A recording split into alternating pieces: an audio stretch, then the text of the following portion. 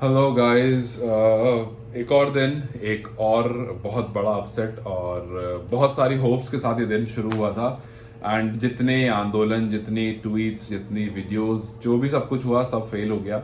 US embassy ने finally एक और बार इंटरव्यू हुआ और एक और बार वीजा रिजेक्ट कर दिया संदीप लामिछाने का। बहुत सारे लोग अपने अपने व्यूज एंड विजन्स दे रहे हैं कि भाई इस वजह से नहीं हुआ। कोई कह रहा है कि भाई यूएस एम्बेसी जो है वो संदीप से चिढ़ती है, इस वजह से नहीं हुआ। कोई कह रहा है भाई कैन जो है वो संदीप का कोई बंदा है कैन में जो संदीप से चिढ़ता है, उसकी वजह से उसने पूरा जोर लगा कर रखा, उस वजह से नहीं हुआ। कोई कह रहा है किसी XYZ को संदीप का फेलियर देखना था, समवन इन हायर अथॉरिटी, जिसकी वजह से Sandeep tried his best but नहीं हो पाया। पहले कोर्ट की हियरिंग डिले हुई, इतना डिले हो गई कि फिर वीजा के लिए ज्यादा टाइम नहीं बचा। जब एक दो इंटरव्यूज हुए तब टाइम भी खत्म हो गया। But the worst part is कि अभी तक स्पेसिफिक रीजन मेंशन्ड नहीं है। सब अपने अपने दिमाग से सोच रहे हैं कि यार ये ऐसा हुआ होगा, ऐसा हुआ होगा, ऐसा हुआ होगा। बट इट फील्स लाइक कि ये कोई छोटा मोटा टूर्नामेंट खेलने संदीप जा रहे थे और जिसकी वजह से जी बस डिनाई हो गया। जैसे पहले एक दो बार हुआ है, तो उस टाइम पर कोई इतना बड़ा वर्ल्ड कप नहीं था, वो पर्टिकुलर लीग थी और आप लीग खेलने नहीं गए, वो पर्सनल प्रॉफिट एंड लॉस है। लेकिन यहां पर it can be a huge thing for Nepal cricket. और अब entire team is all by own or by themselves। अब यहां पर आपको संदीप का साथ नहीं मिलेगा। So Sandeep is completely out of T20 world cup now. अब ये टीम जितनी स्ट्रांग लग रही थी कि भाई एक आदमी और एंटर करेगा, ये टीम स्ट्रांग हो जाएगी। दीपेंद्र भी फिलहाल खेल नहीं रहे, वो भी टीम में आ जाएंगे, तो फिर ये टीम स्ट्रांग हो जाएगी। सिर्फ टॉप ऑर्डर को थोड़ा सा ध्यान देना पड़ेगा, बाकी ये कुल मिलाकर जो है वो सही हो जाएगा। लेकिन द प्रॉब्लम इज दैट के अब संदीप नहीं जा सकते हैं। सो Sandeep is out.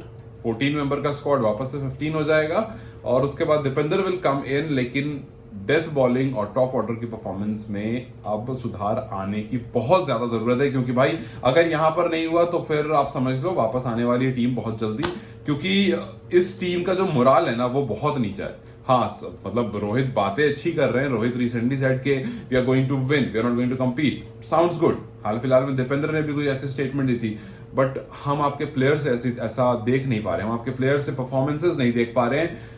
Entire team या फिर एंटायर नेपाल, में टीम क्यों बोलो, entire Nepal was looking at this visa thing, was looking at this one guy as if when he'll come he'll do something and he might have done it। मतलब वो आकर के he might have changed the whole momentum of the team, वो पूरा morale boost कर देता, because वो एक इंसान है जिसके अचीवमेंट्स बहुत सारी हैं, जिसके एक्सपीरियंस अच्छा खासा है, लेकिन अब वो आपके साथ नहीं है। But the show must go on. आप फैंस, हम सब टीम को सपोर्ट तो जरूर करेंगे, लेकिन यार आज के मैच में भी अगर कुछ वैसा ही दिख गया, विच वी डोंट वांट। सो आज it's time for the redemption, it's time for the revenge. जो भी कुछ हुआ पीछे वो हो गया। यहां से it's high time that you go ahead, you talk about it, you play the way you do, जैसा आप पहले खेलते थे, जैसा आप इंडिया के सामने खेल रहे थे यार।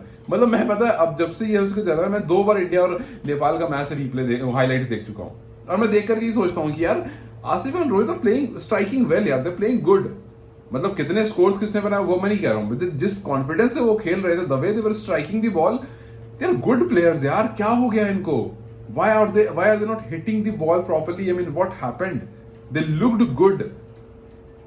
खैर एनीवे, बट अब फिलहाल आपको अब वार्म अप मैच एक और खेलना है, उसके बाद फिर सीधा नीदरलैंड से खेलना है। आई रियली होप कि अब हम यहां से it's time to move ahead. किसी को गाली या गुप्ता करने का कोई फायदा नहीं। यहां पर बैठ करके मैं कैन को क्रिटिसाइज करूं या फिर बैठ करके मैं एम्बेसी को क्रिटिसाइज करूं, कुछ नहीं मिलने वाला उससे। अब एक ही चीज से कुछ मिल सकता है, वह टीम की परफॉर्मेंस से। सो यहां पर जो पीछे है उससे थोड़ा सा आगे बढ़ते हैं और ये देखते हैं कि भाई who can save the team.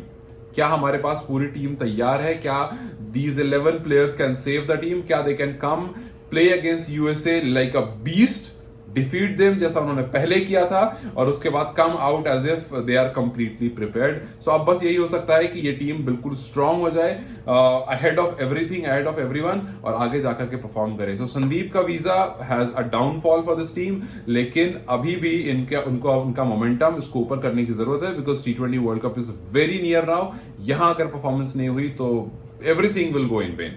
Let's just hope कि हम 1-2 अच्छे मैचेस देखें, 1-2 अच्छे अपसेट्स देखें, जिसके बाद ये टीम और ज्यादा बूस्ट हो, because future is very nice, future is very bright. But it needs to start from this very movement. I recently heard के, मैं उस पर थोड़ा सा और रिसर्च करूंगा, then I talk about it, के India is providing some 20 CR help to can for the improvement और फॉर बेटरमेंट.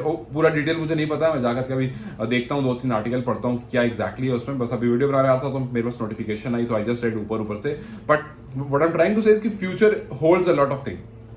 बहुत कुछ है जो फ्यूचर में है, बट एट दिस मोमेंट बहुत सारी चीजें जिसको इंप्रूवमेंट की जरूरत है और थोड़ा सा मोटिवेट और पैशन की जरूरत है. So let's just hope, fingers cross, that रात में जब हम मिले सो हम अच्छी खबर के साथ मिले, एंड रात में जब हम मिले सो एक अच्छा यूएस और नेपाल का मैच हो और उसके बाद एक अच्छा उसका रिजल्ट हो, so that we can be more motivated and more upwards towards this T20 world cup. Let's hope for the best, and whatever happened. अब किसी को ब्लेम करे कुछ नहीं हो सकता, but let's just look forward. Bye bye.